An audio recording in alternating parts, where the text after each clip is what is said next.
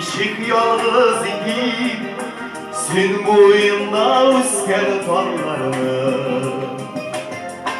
Baba şişmelerden, benim işler gelir, koşup gider orman bağlarına.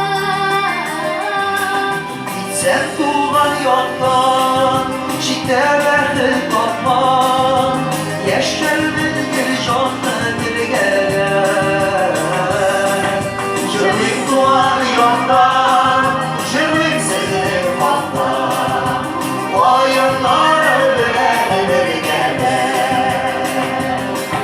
Çırpık duvar yoldan, çırpık seni patla, oyunlar öğrenir gelir.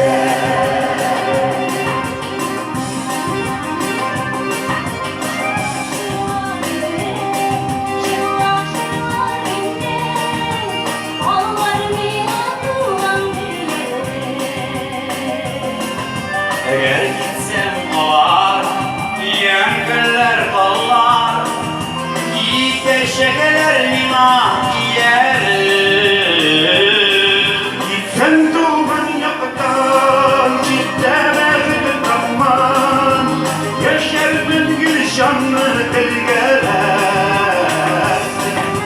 Şahit duman yakta, şırlayıp sizlik hata, oyunlarım bilen bir geler. Şırlayıp duman yakta, şırlayıp sizlik hata, oyunlarım bilen bir geler.